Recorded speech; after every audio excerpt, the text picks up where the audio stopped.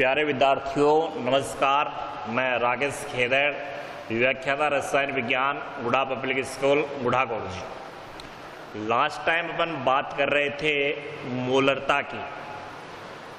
अगर मोलरता वाला टॉपिक आपको क्लियर है तो इस टॉपिक में आपको किसी भी प्रकार की दिक्कत नहीं, सेम उसी कंसेप्ट का टॉपिक है। तो आज अपना जो टॉपिक है, आज का अपना टॉपिक है मोलरता। आज का अपना टॉपिक है मोलरता। और मोलरता जो होती है, सबसे पहले आपको इसके परिभाषा के बारे में पता होना चाहिए। इसकी जो परिभाषा है, 1 केजी विलायक, 1 केजी विलायक में उपस्थित विलेय के मोलों की संख्या को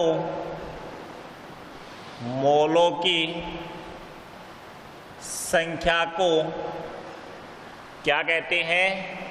मोलरता कहते हैं।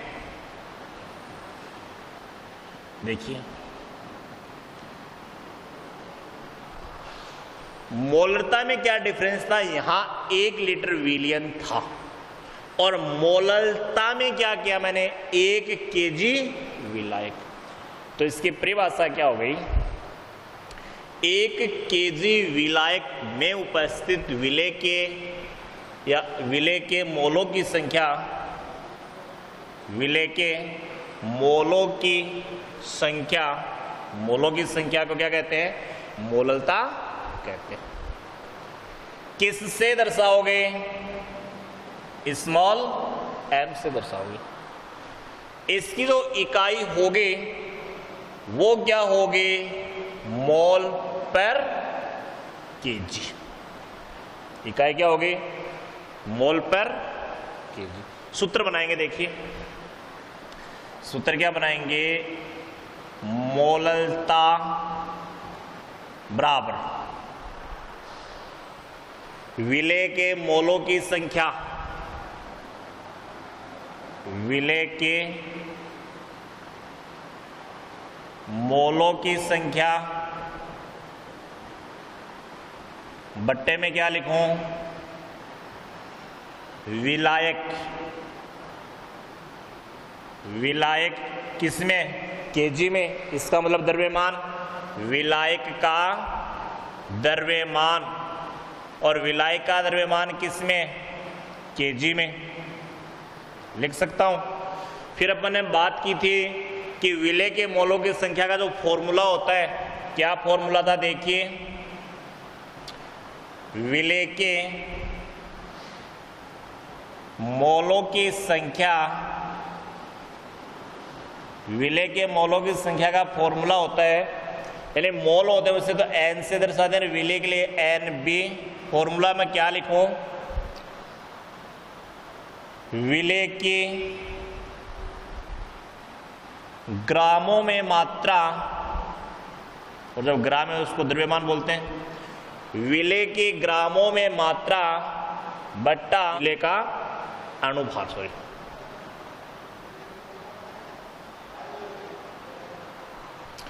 विलेय के मोलों की संख्या का फॉर्मूला क्या बना? विलेय की ग्रामों में मात्रा बट्टा विलेय का अनुभार। ये फॉर्मूला विलेय के मोलों की संख्या के स्थान पे रख दो। रखोगे तो बताओ क्या बनेगा? मोलरता बराबर क्या लिखूं? विलेय की ग्रामों में मात्रा बट्टे में क्या आ गया? विलेय का अनुभार। विलेय का अनुभार, फिर विलायक का द्रव्यमान। विलायक का द्रव्यमान और विलायक का द्रव्यमान किसमें है? केजी में लिख सकते हो। इससे मैं फॉर्मूला बनाऊंगा, वो देखना। मोललता का संकेत क्या है? स्मॉल m बराबर, इस पूरे पार्ट में विलायक को कैपिटल A मानेंगे, विलय को कैपिटल B मानेंगे। तो विलायक की मात्रा ग्राम में, ग्राम होता है वो द्रव्यमान को दर्शाता है मात्रा। तो यहां पर इसको मैं क्या लिख दूं? WB किस में है? ग्राम में बट्टा अणुभार m किसका? विलय यानी B यानी कि MB। आगे क्या लिखा? विलायक यानी कैपिटल A, द्रव्यमान यानी W A किस में? के जी लिख सकते हो क्या? या मैं इसी फॉर्मूले को, अगर आपको विलायक का द्रव्यमान अगर ग्राम में दिया हुआ है तो कैसे लिखोगे फॉर्मूले को? देखिए, इस फॉर्मूले को आप ऐसे लिख सकते हो, स्मॉल m बराबर WB किसमें? ग्राम में बट्टा विलय का अणुभार MB गुणा WA। यहां किस में दिया हुआ? किलोग्राम में दिया हुआ था। अब आपको प्रश्न में किस में दे दें? ग्राम में दिया हुआ है। तो यहां सुन लेना, अगर आपको ग्राम में दिया हुआ है तो इसमें 1000 का भाग लगा देना, ताकि वो किस में बदल जाए? किलोग्राम में बदले जाए। और भाग लगाओगे तो वो संख्या कहाँ लिखोगे? फिर 1000 कहाँ आएगा? ऊपर आएगा। तो यही तो फॉर्मूला बनेगा। और इकाई आप पहले ही पढ़ चुके हैं। इकाई क्या होती है? मोल पर केजी होती है। इसमें कंफ्यूज नहीं होता। अगर आपको केजी में दिया हुआ है तो ये फॉर्मूला काम में ले लेना, अगर आपको ग्राम में दिया हुआ है तो आप ये फॉर्मूला काम में लेना है। इससे आपने फॉर्मूला बना लिया परिभाषा से, फिर मैंने सूत्र व्युत्पन्न किया है। यहां तक बताओ किसी को कोई दिक्कत है क्या? दिक्कत नहीं है तो आगे देखो क्या करेंगे। यहां पर आपको यह भी पता होना चाहिए, स्मॉल m है वो किसको दर्शाएगा? मोललता को दर्शाएगा। WB का अर्थ क्या हो गया? विलय का द्रव्यमान, और विलय का द्रव्यमान किस में? ग्राम में। MB बराबर क्या हो गया? विलय का अणुभार, और इसकी क्या होती है? ग्राम पर मोल। और WA बराबर क्या हो गया? विलायक का द्रव्यमान किस में दिया हुआ है? M बराबर क्या है? WB का अर्थ क्या है? MB का, WA का, ये मैंने सब बताओ। यहां तक किसी स्टूडेंट को कोई दिक्कत है क्या? अब इस पे मैं टेम्परेचर के प्रभाव की व्याख्या कर रहा हूं, वो सुनना। इस पे मैं क्या कर रहा हूं? ताप का प्रभाव समझा रहा हूं, वो समझना। द्रव्यमान, ये भी क्या है? द्रव्यमान। द्रव्यमान ही तो है। तो इकाई कौन सी हो गई? द्रव्यमान। द्रव्यमान इकाई हो गई है। ये भी द्रव्यमान और ये भी द्रव्यमान, तो कौन सी हो गई? द्रव्यमान। द्रव्यमान इकाई हो गई। और जो द्रव्यमान इकाई जो होती है वो टेम्परेचर पर क्या नहीं करती? निर्भर नहीं करती। तो आपको डायरेक्ट क्या याद रखना है कि मोललता टेम्परेचर पर निर्भर नहीं करती है। क्यों नहीं करती है? क्योंकि कौन सी इकाई है? द्रव्यमान। द्रव्यमान आयतन प्रतिशतता होती है, उस है वो टेम्परेचर पे निर्भर नहीं करेगी। तो आप डायरेक्ट याद रखना, मोललता ताप पर निर्भर नहीं करती। यहां से कई बार क्वेश्चन पूछ लिया जाता है कि मोललता पर ताप के प्रभाव को समझे। तो ज़्यादातर स्टूडेंट क्या गलती करते हैं, जिसको एक कंसेप्ट ध्यान नहीं होता है, वह तो टेम्परेचर बढ़ाते हैं या घटाते हैं, और बढ़ाएंगे घटाएंगे तो इसको भी चेंज कर देते हैं मोललता को। तो आपको ध्यान रखना है कि जो मोलरता होती है कैपिटल M, वो तो टेम्परेचर बढ़ाने से मोलरता तो घटती है, लेकिन मोलरता पर टेम्परेचर का कोई प्रभाव नहीं पड़ेगा। तो बताओ जितना बोर्ड पे लिखा हुआ है यहां तक किसी स्टूडेंट को कोई दिक्कत है क्या? नहीं। अब इसका मैं क्वेश्चन की बात कर रहा हूं जो राजस्थान बोर्ड का क्वेश्चन है, समझिए, समझने की कोशिश करना।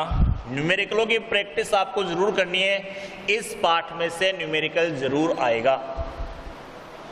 और कंसेप्ट आधारित न्यूमेरिकल आते हैं, फॉर्मूले आधारित न्यूमेरिकल आते हैं, थोड़ा सा आपको क्या करना है, दिमाग लगाना है। तो देखिए जो न्यूमेरिकल है 10% W/W जलीय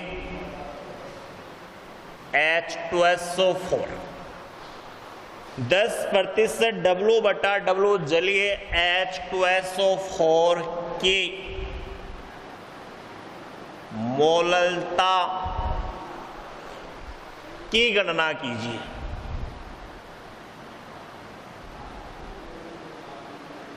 मोललता की इंपॉर्टेंट क्वेश्चन है, ध्यान से समझना। मैंने आपको कहा जब भी आप न्यूमेरिकल हल करते हो तो सबसे पहले क्या लिख लिया करो, प्रश्नानुसार। क्या दिया हुआ, 10% W/W जलीय H2SO4 से तात्पर्य है। ये मैंने आपको पहले भी बता दिया था, इसका अर्थ क्या होता है वो सुनो। दोनों किस में, डबल में वेट द्रव्यमान में है, और द्रव्यमान होता है उसको किस में लिखते हैं, ग्राम में लेते हैं। और कितना, 100 मान के बात करेंगे, यानी 100 में से 10 ग्राम तो H2SO4 है और 90 ग्राम कौन है, जल है। मैंने पहले बता दिया इसका अर्थ क्या है, वो अर्थ देखो।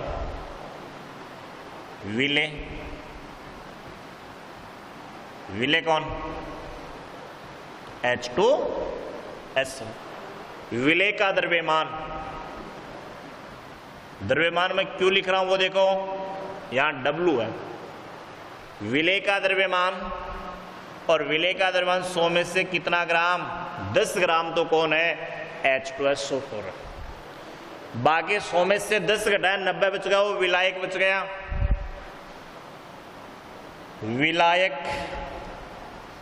और विलायक कौन है, जल। विलायक का द्रव्यमान, और विलायक का द्रव्यमान कितना है, 90।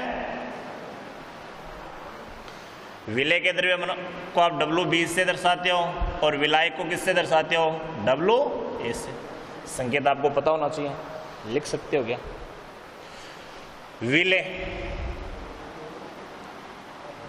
विलेय H2SO4 का क्या चाहिए, अणुभार।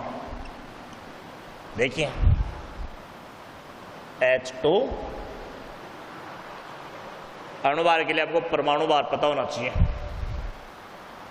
हाइड्रोजन का कितना होता है, वैसे तो 1.0079 होता है, लेकिन सुविधा के अनुसार 1 मान लेते हैं। सल्फर का कितना, 32, और ऑक्सीजन का कितना, 16। अब देखिए कितने H2, 1 का 1 होता है तो 2 का कितना हो गया, 2। सल्फर का कितना, 32। 1 ऑक्सीजन का कितना होता है, 16, और कितने हैं, 4 है, तो कितना हो गया, 64 तो ये हो गया, और 34 ये हो गया, तो कितना हो गया, 98 हो गया। कंप्लीट योग कितना हो गया, 98। तो H2SO4 का अणुभार कितना हो गया, 98 ग्राम पर मोल। आपको परमाणु भार पता होना चाहिए, और उन परमाणु भार का क्या कर दो, योग करोगे सबका, तो आपको क्या मिलेगा, अणुभार मिलेगा। ये पता होना चाहिए, ये जरूरत पड़ती है यहां पर। आगे देखिए, अब आपसे क्या पूछ रहा है, आपसे तो मोलरता मोलरता, इस मोलरता की क्या करवा रहा है, गणना करवा रहा है। स्मॉल m बराबर डायरेक्ट फॉर्मूला बता दो, क्या लिखूं, WB किसमें, ग्राम में, गुणा 1000 बट्टे में MB, फिर गुणा क्या लिखो WA, और WA किसमें, लिख दिया फॉर्मूला, वैल्यू लिख लो। WB की कितनी 10 गुणा 1000 बट्टा MB का कितना वैल्यू 98 गुणा WA कितना 90, लिख सकते हो क्या। इसको जब आप हल करोगे तो स्मॉल m बराबर 1000 बट्टा 882, और इसको आगे हल करोगे, इसका जो करेक्ट रिजल्ट आएगा वो रिजल्ट आएगा 1.13, और इकाई क्या है, मोल पर केजी। ये इसका क्या हो गया, देखिए सूत्र आधारित न्यूमेरिकली तो है, तो आपको क्या करना है, आपको मोलरता का कंसेप्ट पता होना चाहिए, मोलरता का सूत्र पता होना चाहिए, उस पर टेम्परेचर का प्रभाव पता होना चाहिए, और राजस्थान बोर्ड में जो क्वेश्चन की प्रैक्टिस होती है उस क्वेश्चन की प्रैक्टिस का क्या करना है, आपको ध्यान देना है, प्रैक्टिस करनी है। जो समस्या आएगी उस समस्या का समाधान अपन क्या करेंगे, नेक्स्ट क्लास में करेंगे।